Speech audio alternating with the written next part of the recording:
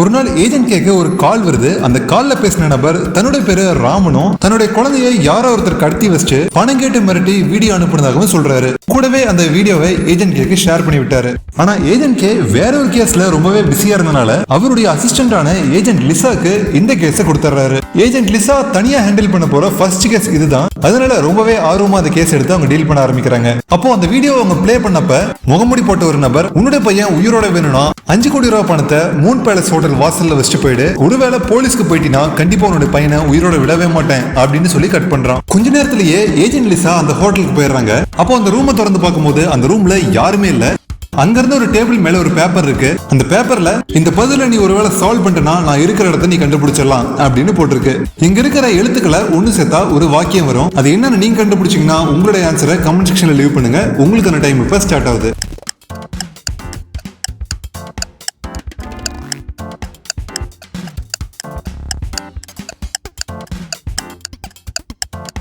இந்த பசில சால்வ் பண்ணும்போது வாய்ப்பில்ல ராஜா அப்படிங்கிற வாக்கியம் வருது. இதை பார்த்தோன்னே ஏஜென்ட் லிசாக்கு செம்ம பல்ப் ஆயிடுது. இதனால விக்ஸ் ஆன ஏஜென்ட் லிசா அடுத்ததா என்ன செய்யறதுன்னு தெரியாம ரொம்பவே கன்ஃபியூஸ் ஆயிருக்காங்க.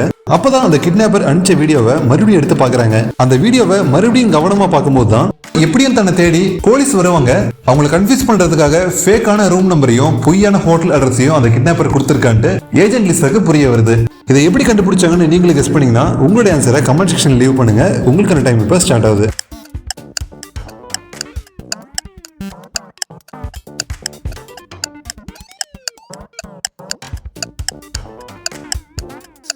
என்னதான் அந்த கிட்னாப்பர் பிளான் பண்ணி ஒரு தப்பான ரூம் நம்பரையும் ஒரு தப்பான ஹோட்டல் பேரையும் சொல்லி ஏஜென்ட் லிசாவை வேணும்னே கன்ஃபியூஸ் பண்ணியிருந்தாலும் அந்த வீடியோவை அவன் ஷூட் பண்ணும்போது அவங்களுக்கு பின்னாடி அந்த ரூம் சாவி இருக்கிறத மறந்துடுறாங்க. சோ அந்த ரூம் சாவியில அந்த ஹோட்டலோட பேரும் அந்த ரூம் நம்பரும் இருக்கு. இதை கண்டுபிடிச்ச உடனே ஏஜென்ட் லிசா அந்த ஹோட்டலுக்கு வேகமா போறாங்க. ஏஜென்ட் லிசாவை பார்த்த கிட்னாப்பர் வேற வழி தெரியாம அந்த ரூம்ல ஒரு டிராப்பை செட் பண்ணிட்டு அந்த இடத்துல இருந்து எஸ்கேப் ஆயிடுறான். கடத்தப்பட்ட பையன் இருக்கிற ரூமை ஏஜென்ட் லிசா ஓபன் பண்ண ட்ரை பண்ணும்போது அந்த ரூம் ஒரு டிஜிட்டல் லாக்கால ப்ரொடெக்ட் செய்யப்பட்டிருக்கு அப்படிங்கிறது தெரிய வருது. அந்த லாக்கை ஓபன் பண்றதுக்கு மொத்தமா 4 டிஜிட் பின் தேவைப்படுது. அதுல ஆல்ரெடி 3 டிஜிட் இருக்கு. அதுக்கான லாஸ்ட் டிஜிட் மட்டும் என்னன்னு கண்டுபிடிச்சாங்கன்னா அந்த லாக் ஓபன் ஆயிடும். ஒருவேளை ஏஜென்ட் லிசா அந்த பாஸ்வேர்டை தப்பா அடிச்சிட்டாங்கன்னா அந்த பாம்பு வெடிச்சு உள்ள இருக்க சின்ன பையனும் அவங்களும் இறந்துருவாங்க. இப்போ இந்த லாக் ஓபன் பண்றதுக்கான லாஸ்ட் டிஜிட் என்னன்னு உங்களுக்கு தெரிஞ்சதுன்னா கமெண்ட் செக்ஷன்ல உங்க ஆன்சர் லீவ் பண்ணுங்க. உங்களுக்கான டைம் இப்ப ஸ்டார்ட் ஆகுது.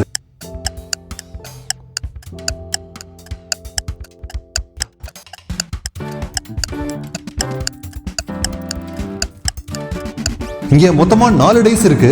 அதுல சில டேஸ்ல மட்டும்தான் சென்டர்ல பாயிண்ட் இருக்கு. அப்படி சென்டர் பாயிண்ட் இருக்கிற டேஸ்ல சென்டர் பாயிண்ட் சுத்தி எத்தனை பாயிண்ட்ஸ் இருக்கோ அதுதான் அந்த டேஸ்க்கான பின். அதாவது 5 டாட் இருக்க இந்த டேஸ்ல சென்டர்ல ஒரு பாயிண்ட் இருக்கு. இதை சுத்தி 4 பாயிண்ட்ஸ் இருக்கு. சோ இதோடைய பின் 4. அடுத்ததா இந்த டேஸ்ல வெளியில 2 பாயிண்ட் இருக்கு. ஆனா சென்டர்ல எந்த பாயிண்ட்டுமே கிடையாது. சோ சென்டர்ல பாயிண்ட் இல்லாத காரணத்தால இதோடைய பின் 0. அடுத்ததா இந்த டேஸ்ல மொத்தமா 3 பாயிண்ட் இருக்கு. அதுல சென்டர்ல ஒரு பாயிண்ட், அதை சுத்தி 2 பாயிண்ட் இருக்கு. சோ இதோடைய பின் 2. அடுத்ததா இந்த டேஸ்ல மொத்தமா 4 பாயிண்ட் இருக்கு. ஆனா சென்டர்ல எந்த பாயிண்ட்டுமே இல்ல.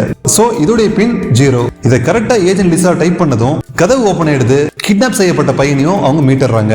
இதே ஆன்சரை நீங்களும் கெஸ் பண்ணிருந்தா உண்மையிலே சூப்பர். இப்போ அவங்க இன்ட்ரெஸ்டான அடுத்த ரெடிலையும் பார்க்கலாம். இந்த இமேஜ்ல தன்னோட கணவர் பேரு வாண்டட் லிஸ்ட் இருக்கிறத பார்த்து ரொம்பவே சோகமா ஒரு கர்ப்பிணி பொண்ணு நிக்கிறாங்க. இதுல யாரு அவங்களுடைய கணவர்னு உங்களுக்கு தெரிஞ்சா கமெண்ட் செக்ஷன்ல உங்க ஆன்சர் லீவ் பண்ணுங்க. உங்களுக்கான டைம் இப்ப ஸ்டார்ட் ஆகுது.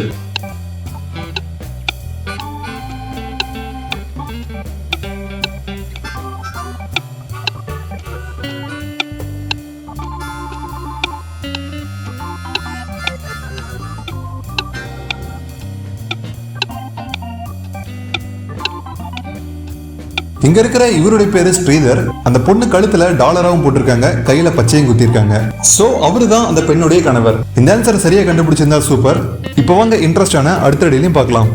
ஒரு நாள் ஒரு நபர் போலீஸ் ஸ்டேஷன்ல இருந்து போலீஸ்கார திருடிட்டு போயிட்டாரு.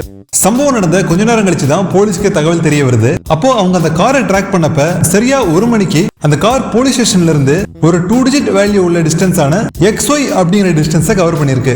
அடுத்ததா சரியா 2 மணிக்கு அந்த காரை ட்ராக் பண்ணப்ப முன்னாடி கவர் பண்ண 2 டிஜிட் வேல்யூவை உல்டா பண்ணா என்ன வேல்யூ வருமோ, அதாவது YX அப்படிங்கிற ஒரு வேல்யூ உள்ள டிஸ்டன்ஸை கவர் பண்ணிருக்கு. அடுத்ததா 3 மணிக்கு ட்ராக் பண்ணப்ப அந்த கார் ஃபர்ஸ்ட் கவர் பண்ண XY டிஸ்டன்ஸ்ல Xக்கும் Yக்கும் நடுவுல ஒரு 0 போட்டா என்ன 3 டிஜிட் வேல்யூ வருமோ அந்த டிஸ்டன்ஸ் கவர் பண்ணிருக்கு. அதாவது சரியா 1 மணிக்கு அந்த கார் XY அப்படிங்கிற டிஸ்டன்ஸ் கவர் பண்ணிருக்கு. அதுவே 2 மணிக்கு அந்த கார் YX அப்படிங்கிற டிஸ்டன்ஸ் கவர் பண்ணிருக்கு. அதுவே 3 மணிக்கு X0Y அப்படிங்கிற 3 டிஜிட் வேல்யூ உள்ள டிஸ்டன்ஸ் கவர் பண்ணிருக்கு. அந்த கார் ஸ்டார்ட் ஆனதுல இருந்து ஸ்டாப் ஆற வரைக்கும் ஒரே ஸ்பீடான 45 km/h தான் போயிருக்குங்கிறத போலீஸ் கண்டுபிடிச்சிடுறாங்க. இப்போ இதுல கேள்வி என்னன்னா, போலீஸ் 1 மணிக்கு ட்ராக் பண்ணப்ப அந்த கார் XYங்கிற டிஸ்டன்ஸ் கவர் பண்ணிருந்துச்சு. அந்த XY அப்படிங்கிற வேல்யூ என்னன்னு தெரிஞ்சதுன்னா மீதி 2 வேல்யூமே ஈஸியா கண்டுபிடிச்சிடலாம். ஒருவேளை உங்களால அந்த டிஸ்டன்ஸ் என்னன்னு கண்டுபிடிக்க முடிஞ்சா கமெண்ட் செக்ஷன்ல உங்க ஆன்சர் லீவ் பண்ணுங்க. உங்களுக்கான டைம் இப்போ ஸ்டார்ட் ஆகுது.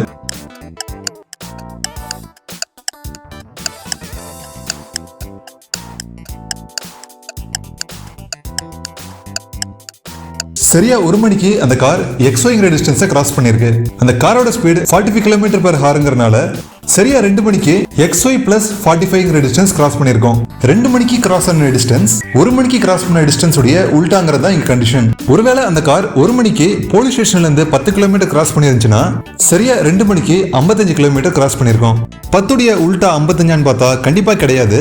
ஒருவேளை 1 மணிக்கு அந்த கார் 11 km கிராஸ் பண்ணிருந்துச்சுன்னா சரியா 2 மணிக்கு 56 km கிராஸ் பண்ணிருக்கோம். இங்க 11 உடைய உல்டா 56 கிடையாது. ஒருவேளை அந்த கார் 1 மணிக்கு 12 km கிராஸ் பண்ணி வந்துச்சுன்னா சரியா 2 மணிக்கு 57 km கிராஸ் பண்ணிருக்கோம். இங்க 12 உடைய உல்டா 57 கிடையாது. இதே மாதிரி நம்ம ஒரு வேல்யூவா அப்ளை பண்ணிட்டு வரலாம். அப்படி பண்ணிட்டு வரும்போது ஒருவேளை அந்த கார் 1 மணிக்கு 16 km கிராஸ் பண்ணிருந்துச்சுன்னா சரியா 2 மணிக்கு 61 km கிராஸ் பண்ணிருக்கோம். இங்க 16 உடைய உல்டா நம்பர் தான் 61. சோ ஃபர்ஸ்ட் கண்டிஷன் சாட்டிஸ்ஃபை ஆயிடுச்சு. அடுத்ததான் அந்த கார் 3 மணிக்கு இன்னொரு 45 km டிராவல் பண்ணிருக்கோம். அப்போ 61 கூட ஒரு 45 ஆட் ஆகும்போது 106 km கிராஸ் பண்ணிருக்கோம். இப்போ இதுல 1 மணிக்கு கிராஸ் பண்ண டிஸ்டன்ஸ் ஆன 16ல 1க்கும் 6க்கும் நடுவுல ஒரு 0 போட்டா என்ன வேல்யூ வருமோ அந்த வேல்யூவோட டிஸ்டன்ஸ் தான் 3 மணிக்கு கிராஸ் பண்ணிருக்கு. சோ செகண்ட் கண்டிஷனும் சாட்டிஸ்ஃபை ஆயிடுச்சு. அதனால அந்த கார் சரியா 1 மணிக்கு போலீஸ் ஸ்டேஷன்ல இருந்து 16 km கிராஸ் பண்ணி வந்திருக்கோம். இதே ஆன்சரை நீங்களும் கெஸ் பண்ணியிருந்தா உண்மையிலே சூப்பர். ஓகே ஃப்ரெண்ட்ஸ், இன்னைக்கு பார்த்த வீடியோ உங்களுக்கு ரொம்ப பிடிச்சிருக்குன்னு நினைக்கிறேன். உங்களுக்கு ரொம்ப பிடிச்சிருந்தா வீடியோக்கு ஒரு லைக் கொடுங்க. லைக் கொடுத்த கையோட உங்க ஃப்ரெண்ட்ஸுக்கு ஷேர் பண்ணி விடுங்க. தொடர்ந்து இன்ட்ரெஸ்டிங்கான ரீல்ஸ் தமிழ்ல பார்க்கறதுக்கு நம்ம சேனலை சப்ஸ்கிரைப் பண்ணுங்க. தேங்க்ஸ் ஃபார் வாட்சிங். மீண்டும் அடுத்த வீடியோவில் சந்திப்போம். கரெக்டா?